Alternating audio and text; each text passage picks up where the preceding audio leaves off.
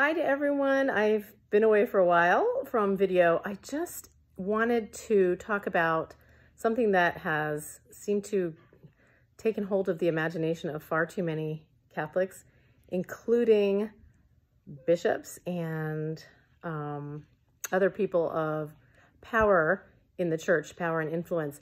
And that is this idea that morality is somehow evolving, and that the church, as the church grows and learns and listens and dialogues with the world, and that somehow the moral law as we've known it can change, can evolve, can understand things in new ways that are basically departures from the old ways.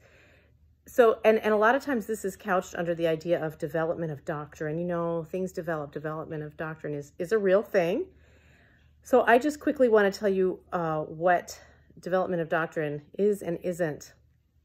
Anything that takes the moral law, because the universal moral law of God is for everyone. It cannot ever change, ever. It is never able to be reversed. It cannot be contradicted. So you cannot have a point where, you know, murder is good, you know, or rape is good, and thievery is good, that type of thing. You cannot have a contradiction in the moral law. And so anytime you see that happening among Catholics and Catholic talk, because I know there's a big push to normalize homosexuality, acts of homosexuality, and say that it's all good. Anytime you see that happening and it's going to push against what came before and contradict it and reverse it, you know that it's not real. It's not true. It's false. It's a lie. So what is development of doctrine then? Well, this is how I learned it, and it really is helpful, I hope, to everyone that hears it. Development of doctrine is that we understand the moral law or doctrine better as we grow, as we go along. We understand it better. It never changes. It doesn't contradict or reverse. It's just better understood. So you could almost think of the analogy of a dark room full of furniture and furnishings, and maybe you walk in there and it's kind of dim and you don't touch anything, but slowly the light starts to rise in the room, and you start to see more details of the things in the room. You could see more color or more depth, or like certain pieces of furniture might have special intricate carvings on them that you can see. So nothing in the room has changed. Nothing has contradicted itself. Nothing has been moved or removed or added.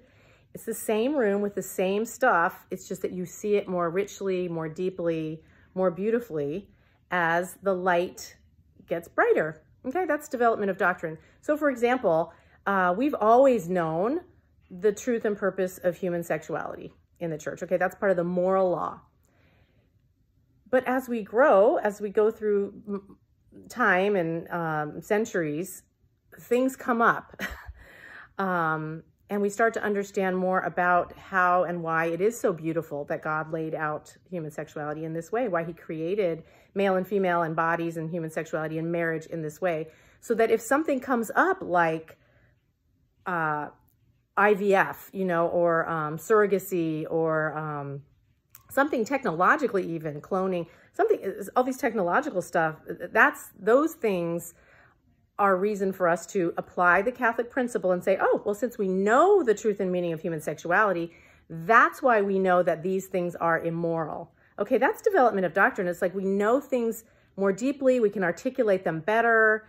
When things get thrown at us, we reiterate the principle, but we don't reverse it and say, oh, that's new. Okay, since that's new, we're going to throw out what we know about human sexuality for all this time, because the moral law doesn't change. So that's kind of a short version. We could talk a lot more about that. And I know it's not academic and thorough in the way that people are gonna, you know, want to argue, but that's basic. And if, again, the faith should be accessible to everyone, including a 10th century illiterate peasant.